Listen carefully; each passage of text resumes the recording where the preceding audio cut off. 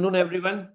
Today, we are going to discuss a very important topic on integrity despite defect with the use of fitness for service. And this knowledge sharing session is the initiative taken by TCR Advanced. And we are very happy to share this knowledge in order to ensure that we can tackle a difficult situation in our process plant equipment, process plant problems, and come out with success in order to identify the right use of the equipment in order to create the perfect usage of the equipment. This standard and specification is designed, and we will take a deep plunge into that. The entire program is in two parts mainly. One, I'm going to talk on the overview of the fitness for service. Then certain standard related applications will be done by Mr. N.K. Roy, and in the end, I will also talk about a couple of practical case studies which we have done, and then we will keep these open for question and answer for about 5 to 10 minutes. So having said this, if you like to see the definition of fitness for service, it is a standardized engineering approach used to evaluate whether equipment with flaws, damage or degradation can continue to operate safely under its current operating conditions. It provides structured procedures at a level 1, 2 and 3 to assess flaw such as corrosion, cracking or deformation, again established acceptance criteria. Now this is the definition for the standard, but for a common understanding, the easier definition is kept below, that in a fitness for service is a way side if important equipment in a plant like big tanks, small tanks are also possible, pipes or reactors can still be safely used even after many years of service or after some damages has found. Instead of replacing the equipment every time we see wear and tear, experts carefully check it using facial inspection methods and international guidelines called API 579 ASME FFS 1. So this is a more definition which is in a very simple word which we would like to. So fitness for service is the main weapon to use the extension of the plant life. This is something which we have to keep in the mind. Now, importantly, why was FFS developed? So initially the FFS standard came in existence in year 2000. Before that also industry was running, but the acceptance standards for industry was construction code. Now, many times when there is a corrosion, there is a crack or there is a damage, people either used to replace the equipment or repair it without understanding the situation. So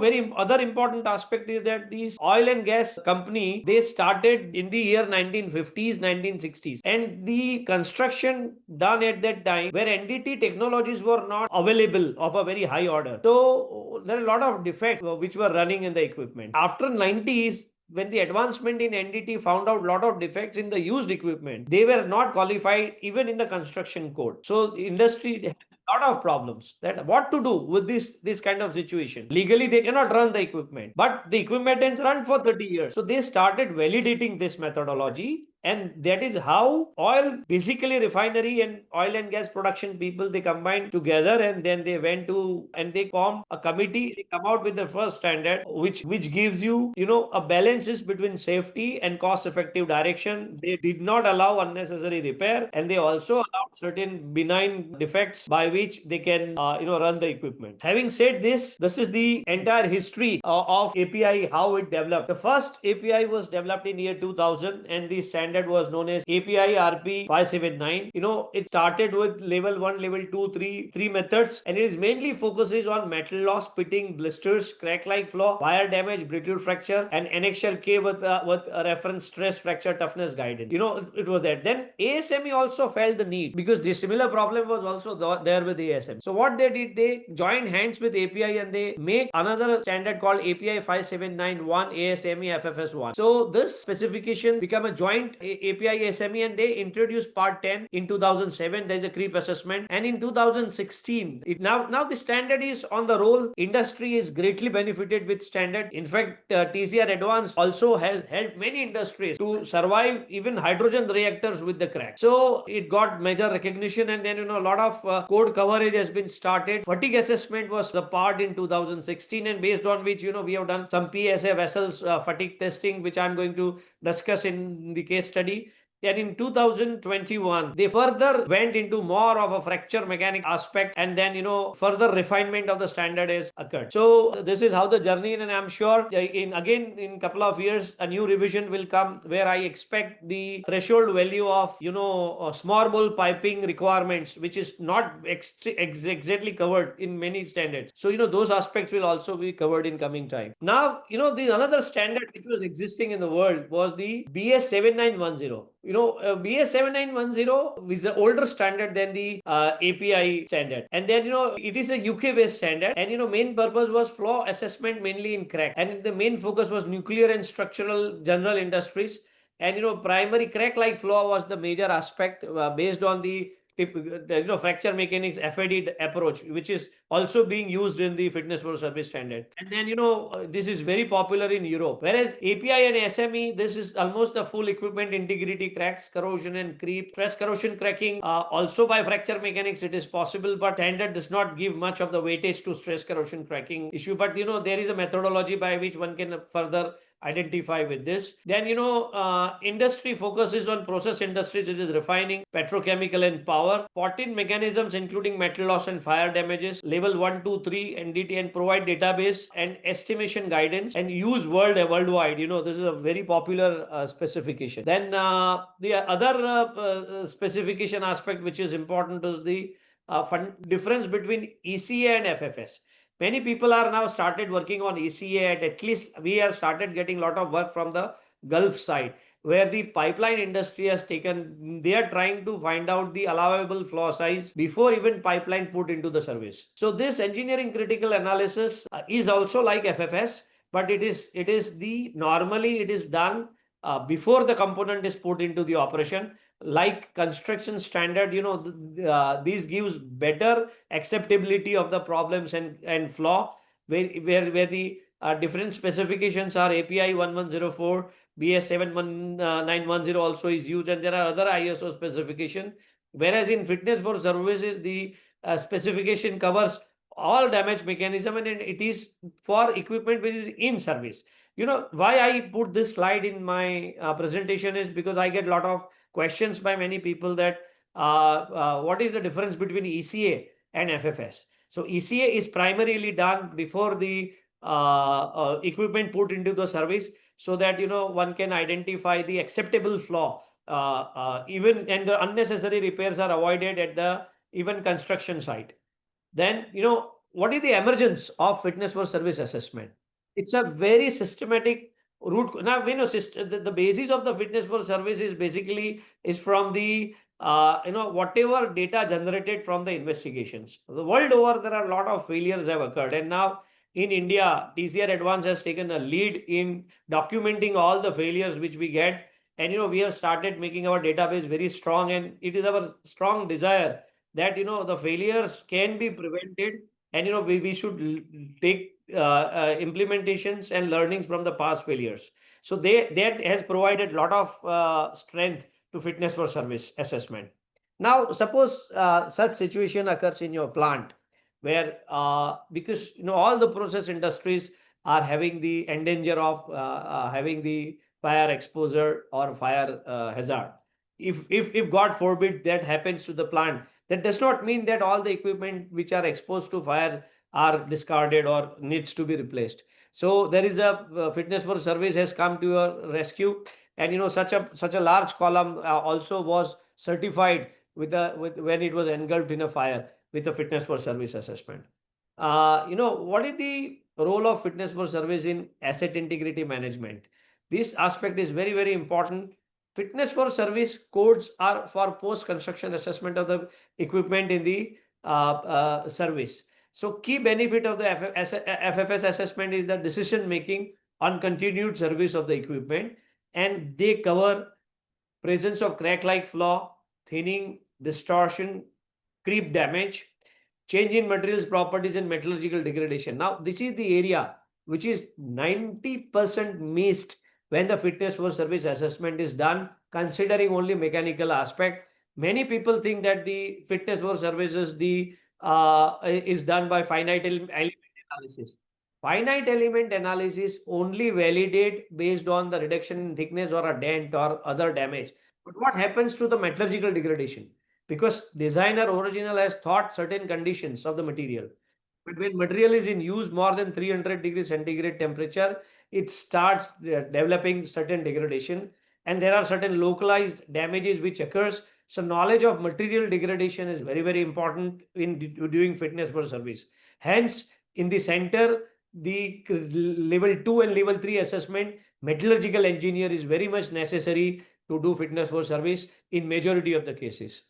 Concerns on not meeting current design standards of good engineering practices. See, our engineering field is ever evolving, and today even ASTM and ASME has allowed the finite element analysis as one of the design aspect, and it has given a validation which has allowed the engineers to use the thinner components, take the maximum advantage of the properties of the material. So when your equipments are old, and when new process or new designs have come, then fitness for services will come to validate whether the old plants can be used into these with this new technology or not.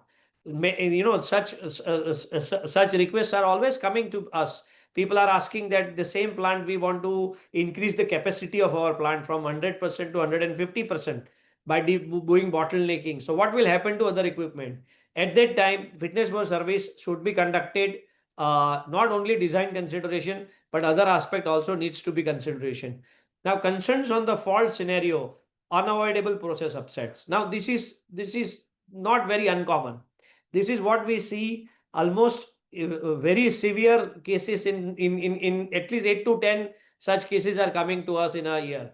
What does that mean? Means that the any uncontrollable process upset, normally in teething problems, when the plant is under initial stabilization or some unwanted process has occurred, the equipment sees certain pressure and temperature for which it is not designed.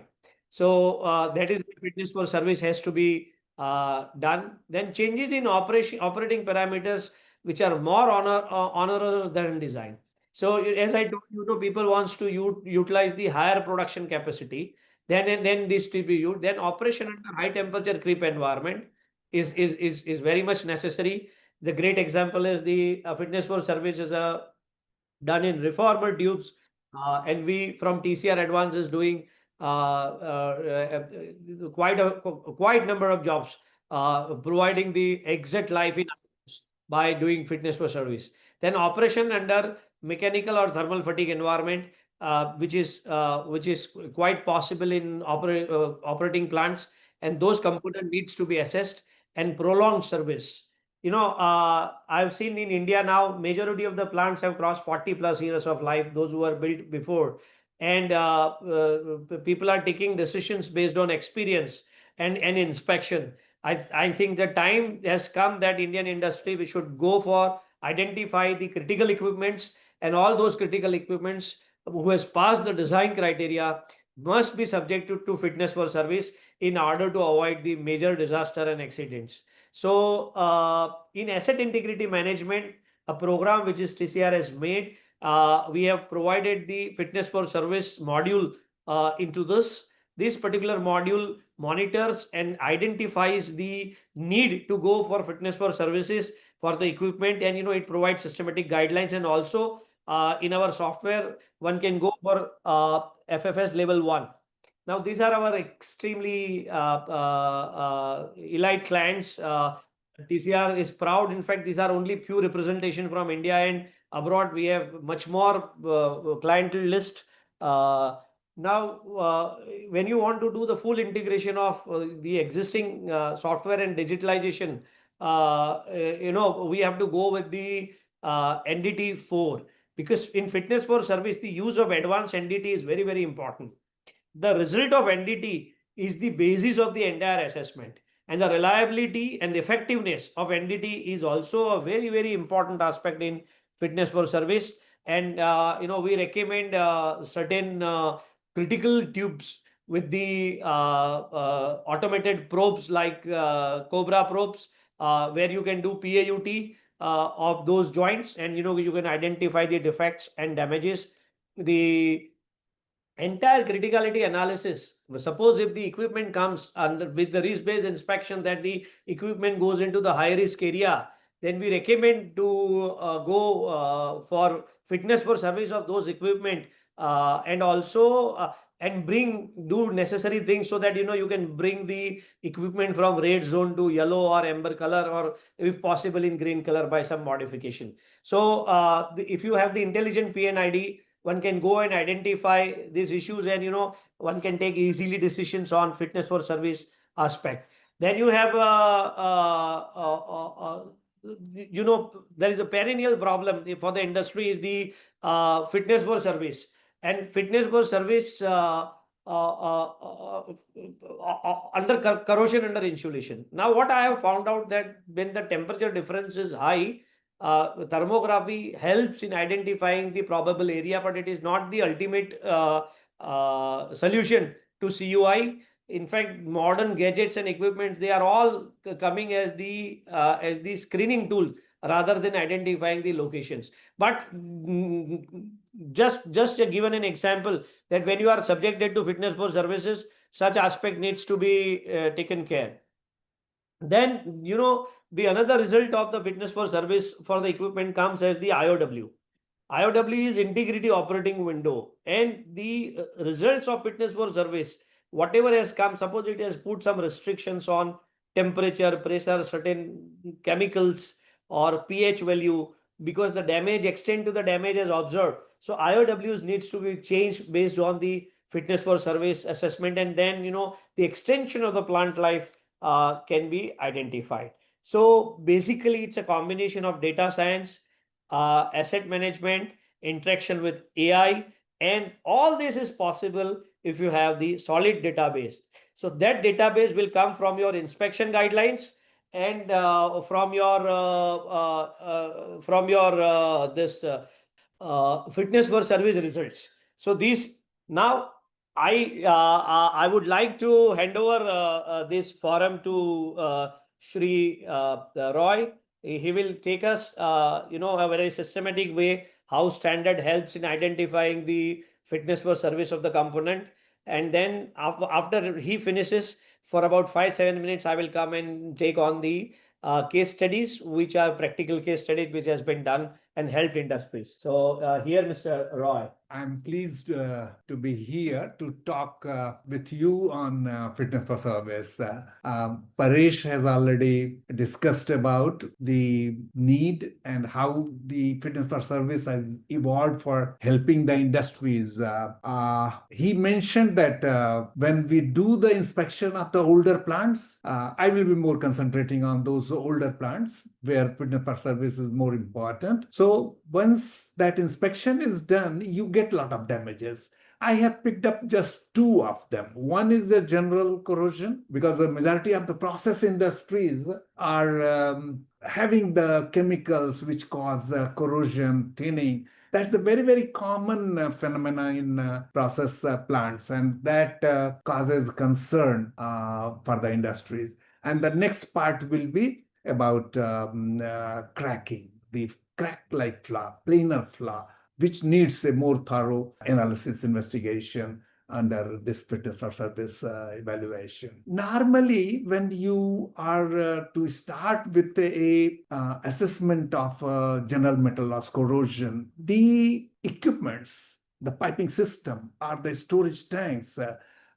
there are certain components which are easier to size, and they call it a level 1 evaluation. And I have listed here pressure vessel, cylinder, conical shell, spherical, formed heads, straight pipe, elbows, atmospheric storage tank shell. So the calculation for thickness is easier here. Can be done with a good calculator.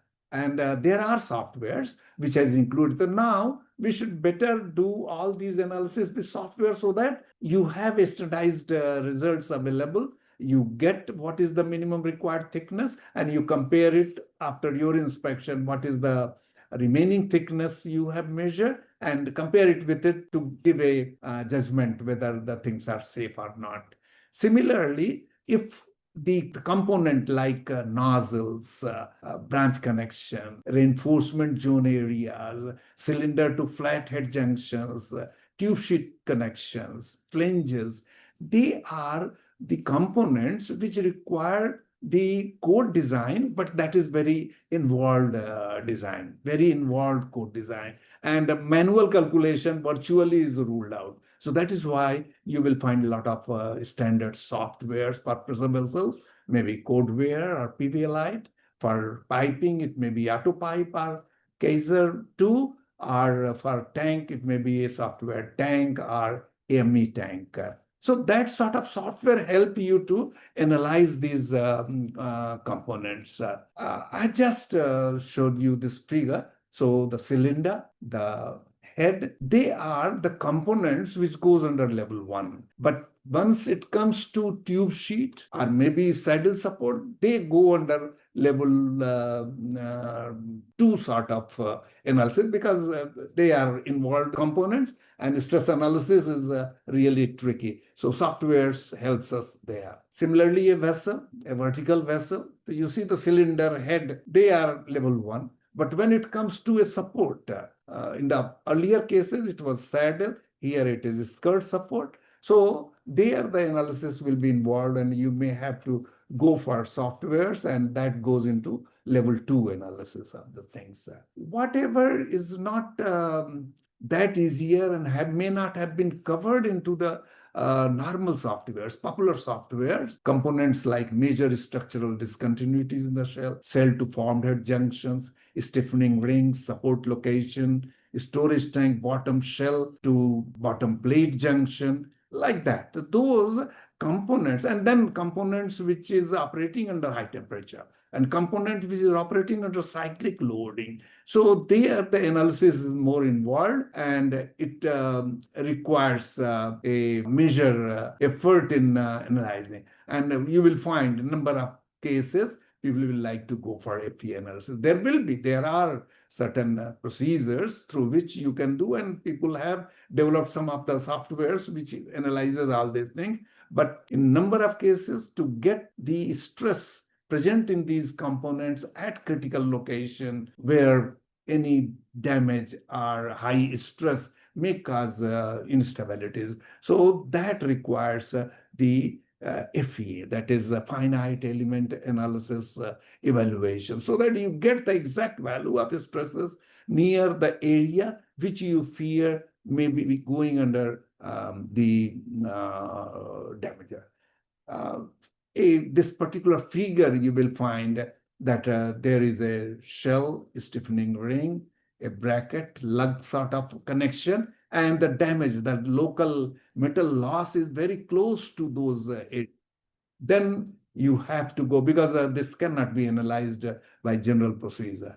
If it is a secluded one case, then okay, some analysis is possible. Otherwise, this causes, because one effect of one component will be having a effect on the stress near the fly area. So this requires your more detailed finite element analysis, distribution analysis. Now, if you are taking a thickness of the shell components, different shell component, level 1, level 2, level 3. Okay, level 1, main cylindrical shell head. So you are taking the thicknesses, the measurement of thicknesses at different location. And from there, you determine what is the thickness profile in that particular component. What code has guided, even fitness for service analysis recommends. And then you must be remembering that there are in-service inspection codes by API, API 510, API 570, API 653. They also have guided onto this, okay, how to do the determine the thickness profile on those components. And they fixed a certain number of readings you have to take, like minimum 15 thickness readings, so that you can have a proper analysis for estimating what is the remaining thickness, and then further evaluating what will be the remaining service life of the component. So these are certain practices which you follow so that the chances of your error in evaluation is reduced. And fitness for service, that is API 579 or ASMA FFS1, that also gives the importance and guidance on this. When you take these measurements, if the variation of thickness, yeah, this is the one where you are recording the thickness. So you record the thickness, but it says you better check the variance in thicknesses. When the variance, they call it coefficient of variation, COV, that is how it is calculated. It is given here into this tabular form. So once the COV is beyond 10%, if it is within 10%, we presume that this is a regular thinning and the case is of a general corrosion. But if it is beyond that, then maybe a very local corrosion, a variance in corrosion at a local point, that thing will be. Yeah, and this is how some guidance has been provided, that if you have a spherical shell or formed head, you generate a grid and take them, and then C1, that is a circumferential grid and a radial grid. So at the intersection, you are to take the measurement and multiple of them. Keep remembering that it has to be, if possible, if the area, if it is general corrosion, automatically area may not be much of a problem. So you will have minimum 15 of those readings and average it. That average thickness generally goes for evaluation of, they say, if it is a general corrosion. Similarly, in cylinder, normally why they have a longitudinal grid and a circumferential grid. Mainly in cylinder, the problem will be hoop stress. That's the circumferential stress. So that is how you select an area, have multiple readings, and decide what is the average thickness in longitudinal direction in a particular area, and that will be used for calculating stresses. But it's not that only longitudinal stress will be, because there are certain vessels which are operating in plant, they are tall, and they may be having certain compressive stress due to certain horizontal loading, wind loading, sort of that. So you have to analyze that as well. Same thing is in cone or in the pipe also, you have the grid formation as shown into this figure. This is tank. In tank, generally the shell, this is how, but what it says that be closer to these longitudinal or T-joints. There will be a welding, shell-to-shell course welding, horizontal and side by side. While making that cylindrical shell course, you will be having longitudinal joint. Maximum stress is on these longitudinal joints in that direction. So be cautious while you are doing the, you better select these distances between the grids. Some guidelines are there. So automatically distance between point to point, that will be the guideline as given there. Then same corrosion thing has been, the data has been used for assessing the integrity of those pressure vessels, piping like that. And as I had discussed earlier, level 1, level 2 analysis, all of them goes into these corrosion losses. Level 1, maybe for vessels, whatever is the load and all those things coming on those components, you have to check the thickness, whatever has been measured, determine minimum measured thickness, TMM, considering that COV aspects of it. Again, it says that COV is less than 0.1, complete assessment using TM, then okay, I think I had earlier discussed this. So there are certain guidelines here. What is the average thickness you have measured? That should be, and the corrosion. Suppose you are to determine the life of the vessel. So future corrosion allowance, what is the total year you are expecting or you are going to determine that this vessel, piping or tank will last for? So whatever is the average thickness, minus, check for 10 years, check for 15 years, And till this TAM minus FCA is more than T minimum, automatically the vessel below. And that also indirectly gives you the life of the component. If the component does not meet level 1, these are the things: re-rate, repair, adjust future corrosion allowance by applying any remedial measures. These are the methods how vessels piping are taken. Yeah. Level 2 assessment is virtually same. Whatever I have talked about, general thinning. Here you have a thickness available, but there are components which are causing certain extra stresses. So those are taken care here, and then you determine whether the things are safe in design. Yeah, some guidelines. If there are discontinuities, what is the area on which you have to do the thing? Yeah, go ahead. Okay, again, level 2 thing process. In level 3, FEA, stress analysis techniques can be applied to evaluate region of general local metal loss in vessel, piping or tanks. Finite element method is typically used to compute the stresses in components. There are handbook solutions. People have come out with design handbooks for such critical areas. Earlier, when there was no availabilities of such softwares and computerization, automatically people have worked by experimental stress analysis and tried to come out with some solutions. So those things, if it is available, all right. Otherwise, people have gone for softwares considering those old findings, and accordingly. And the best part is the FEM, the finite element analysis method, which you model the vessel or the piping or the tank in the area where there is a thinning, loss of thickness. You model considering all those, and then put the loading conditions, whether it is pressure, hydrostatic head, or any other external loading which is coming. So all those things goes into FEM, and it gives you the exact stress distribution near the area where there is a thinning from the original thickness. So that gives you a guideline whether the things are safe. And if it is safe, then another question will be how long it will be safe.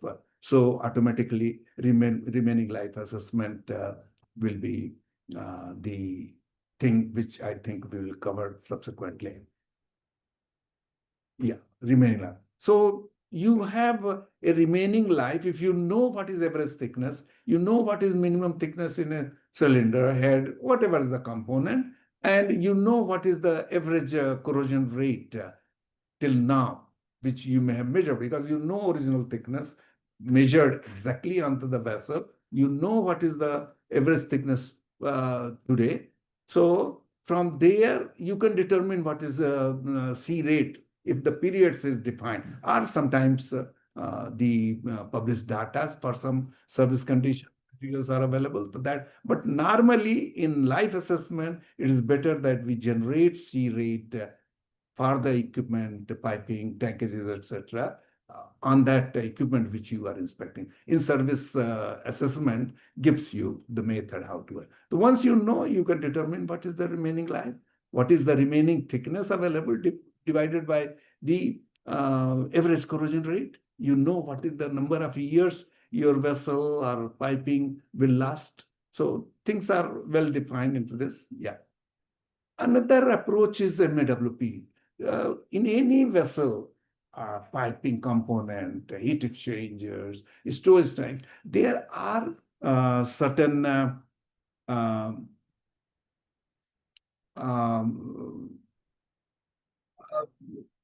the pressure carrying or pressure pressure carrying capability of the components changes. So for a overall vessel assessment, generally what people do is they determine maximum allowable working pressure of different components in the vessel. It may be head, shell, nozzle, flame, whatever are the components there which are affected by the pressure. So you determine in the design, when you are designing new design, you get MAWP. And our design is that MAWP is calculated while designing should be more than the design pressure. That's the logic how design is developed. But in service also same logic. Now, there is a thinning in the thickness. automatically MAWP has to go down. So you have to go on checking MAWP at different time frame till MAWP is just more than the design pressure. Your vessel will be safe, and that will give you the life of the vessel, safe life of the vessel. So this is another approach how to determine safe remaining life. So you have determined safe remaining life. Suppose it is failing. If it is failing, then automatically you have to think about or recommend certain remedial measures. So can be process temperature, pressure, velocity of the fluid, corrosion environment control. Another is some solid barrier, a lining to prevent further corrosion, or some weld overlay. Suppose it has corroded locally at certain point, automatically you can build up the material to get the thickness back to a desired values. So these are the various methods which you will be recommending while, yeah.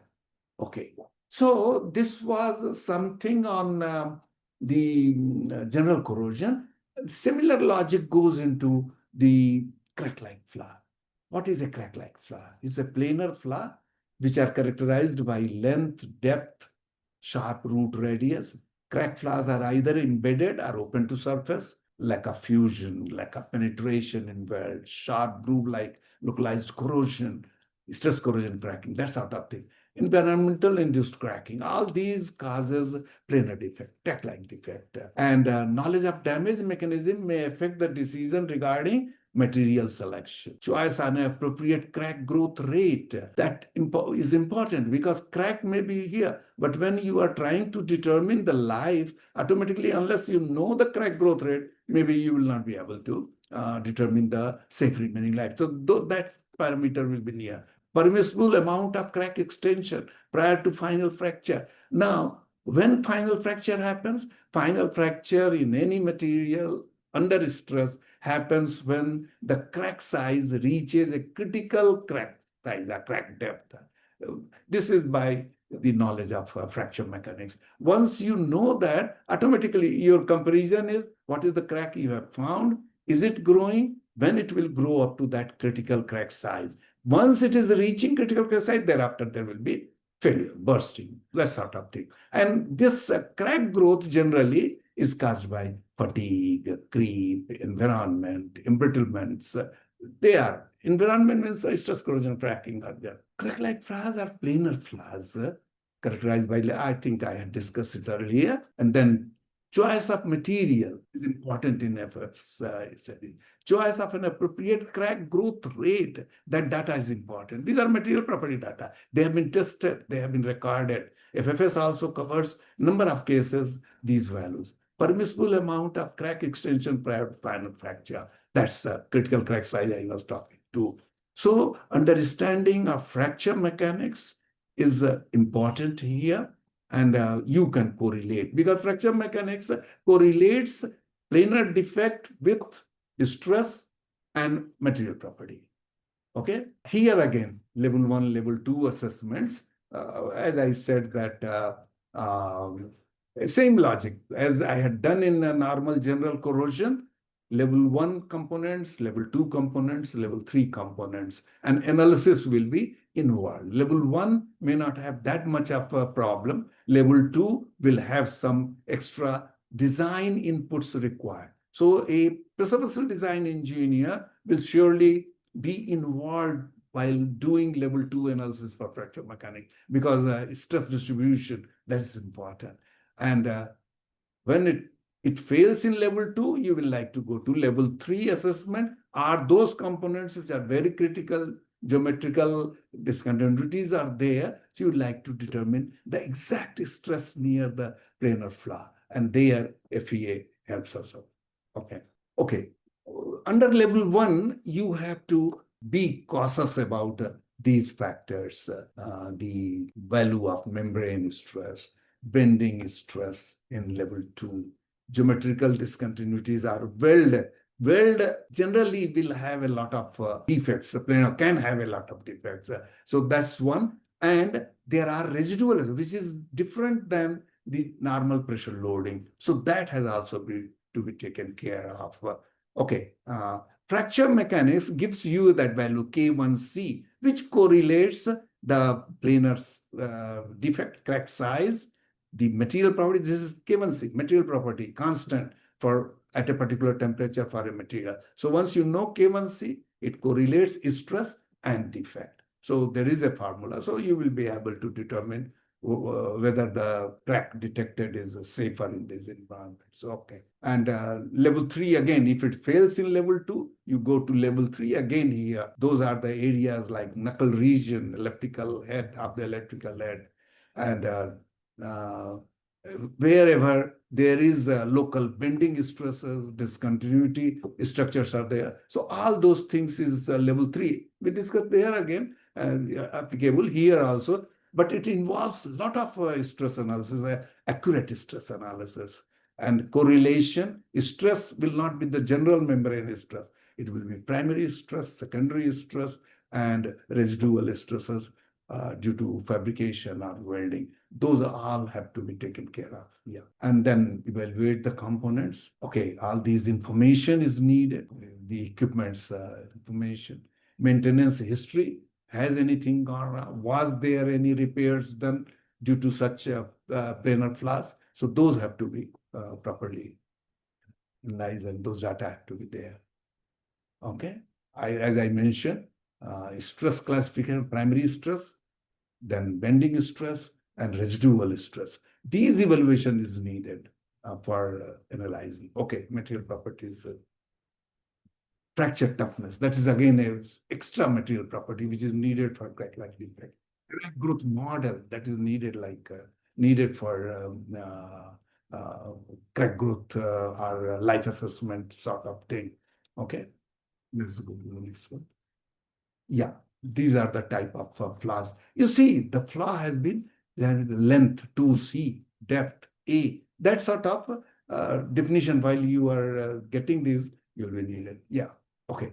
The same. What is the depth of the crack? And it is growing. And it grows up to a level where it matches critical. Automatically, your vessel or piping will shatter. It will just rupture.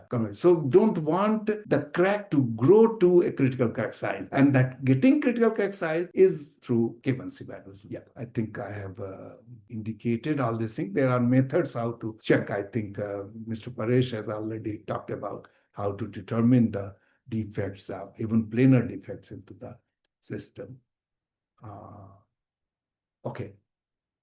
Okay, it's just, I already said. Okay, just a typical figure where crack size with respect to temperature for a material, which is acceptable for pipeline typically, is there, but it requires further analysis. It is there in FFS. It is defined, well defined there. Yeah. Yeah, I think I talked about those things to determine the toughness ratios and the stress ratios. That leads to generate LPR to KR. Anything, there is a particular that line, top line, anything below that, this LPR ratio to KR, within that is safe. Beyond that, unacceptable. So that's the, okay, how crack growth happens. That property is also a material property. So you have to have the information about that for life assessment. Yeah, beyond that. Okay. Same analysis for level 3. Some guidelines are also indicated.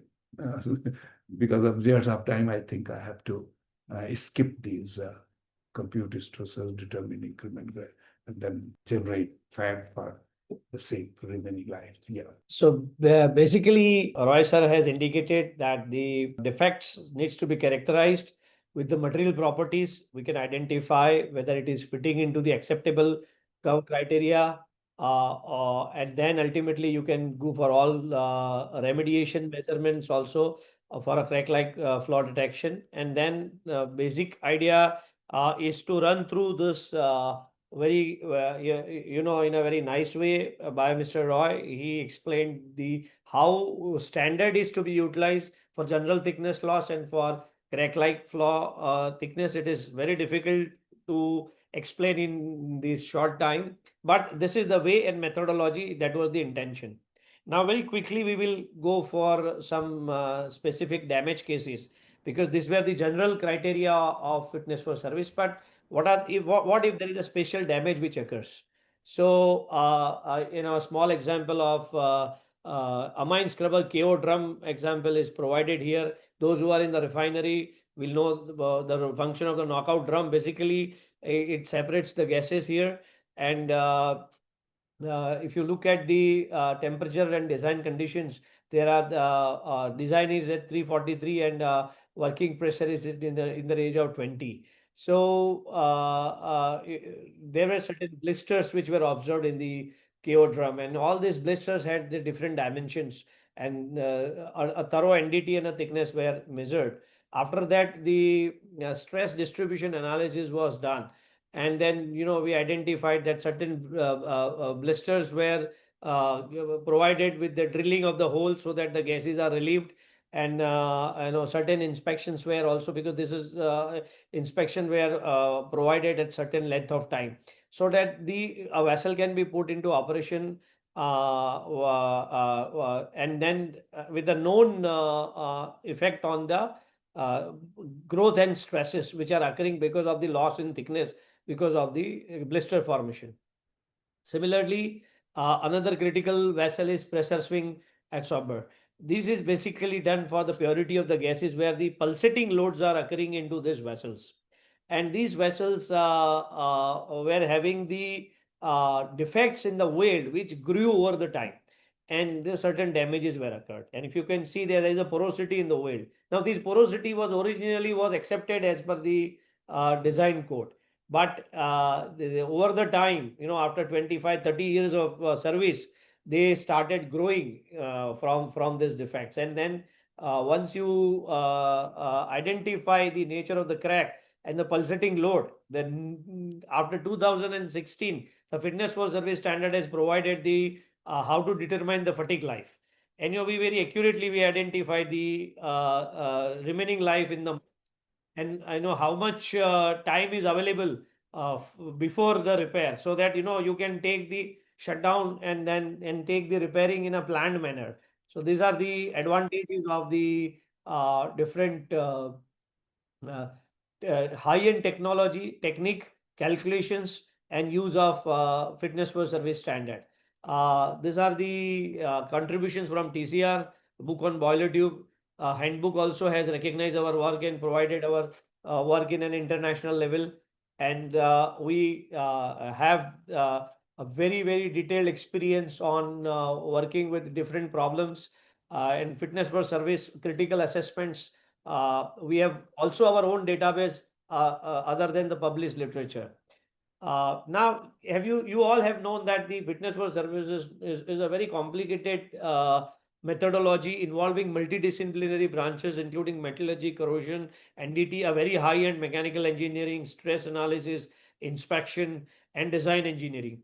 So this all multidisciplinary activity needs a proper understanding of an engineering approach. And as TCR has taken a lead, we have also providing a very detailed 2-day training. I'm sure a lot of people must have received this, but just to and we have got quite good number of participation also. But those who are interested in learning, I know you can contact Mr. Deepak Chandarana, our VP Evolve. So with this, I would like to end this presentation, and we will be taking the 5 minutes online questions.